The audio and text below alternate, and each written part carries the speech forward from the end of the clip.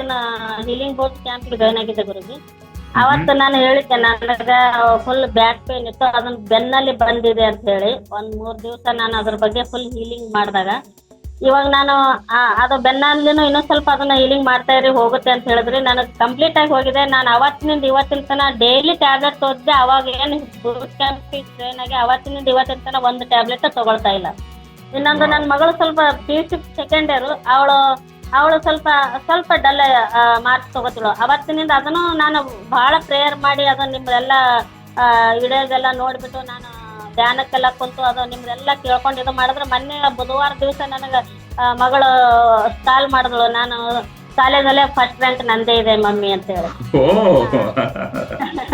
ಅದು ನನಗೆ ತುಂಬಾ ಖುಷಿ ಆಯ್ತು ಗುರುಜಿ.